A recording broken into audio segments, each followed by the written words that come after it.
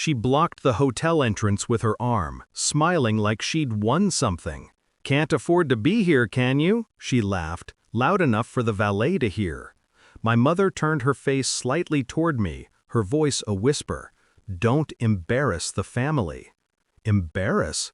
The irony almost made me laugh. Behind her, the glass doors reflected the gold logo of the hotel, my hotel. And just as I was about to step forward, the tall man in the black suit approached, my head of security. "Sir, everything is ready," he said, glancing briefly at my sister's arm blocking the way. That's when she froze. I didn't speak yet. I wanted her to hear the silence, the kind that makes the truth louder than words. There was a time I thought she was my closest ally.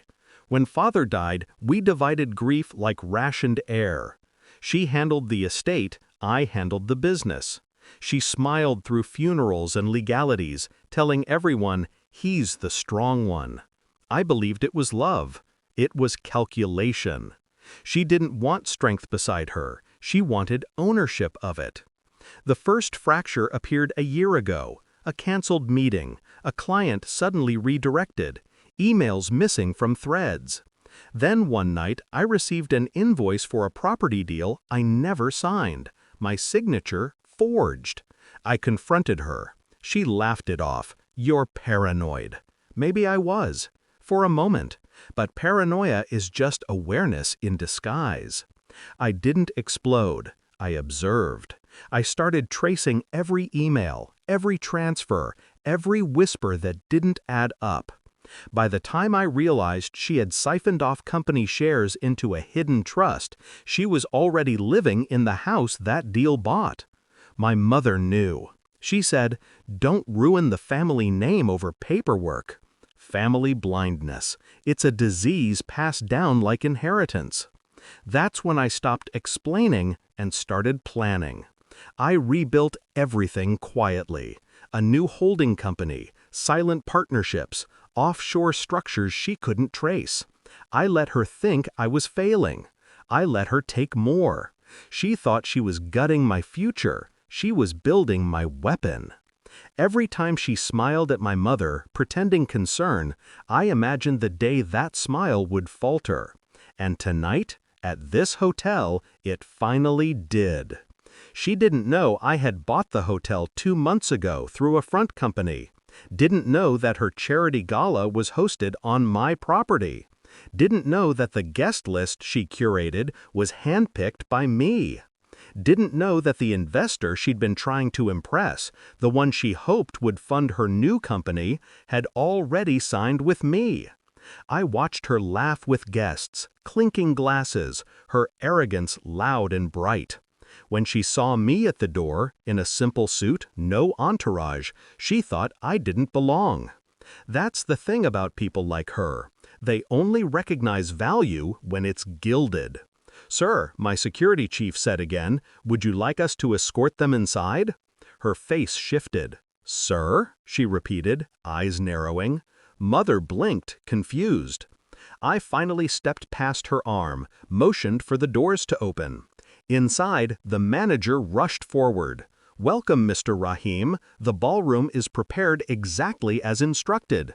Her jaw went slack. "Ballroom?" she whispered. "Yes," I said calmly. "Tonight's event, it's not your gala anymore. It's a merger announcement. Mine." The investor she'd been chasing walked up, smiling.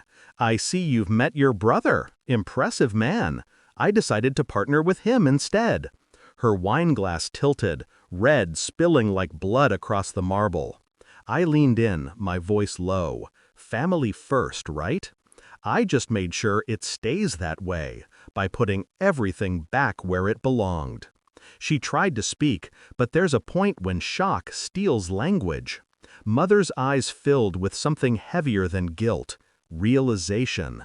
She whispered again, almost the same words as before, "Don't embarrass the family." I smiled faintly. I'm not. I'm restoring it. Later that night, when the guests were gone and the lights dimmed, I stood by the panoramic window overlooking the city. Her car taillights disappeared down the driveway. The shares she stole, reclaimed. Her accounts, frozen. Her partners, gone. It wasn't joy I felt, it was balance. People think revenge is fire. It isn't. It's ice. Controlled, precise, and silent until it melts into truth. She'll live comfortably. I didn't destroy her. I just made sure she couldn't destroy anyone else. Sometimes mercy is sharper than vengeance. Mother hasn't called. That's fine. Family blindness takes time to cure. I turned to my reflection in the glass. The same face she once mocked for being too soft. The same man they thought couldn't afford to stand at their level. Now the hotel, the business, the legacy, all mine. And as the city lights flickered below, I whispered the truth no one else would say. He found out who took his place, and he took it back completely.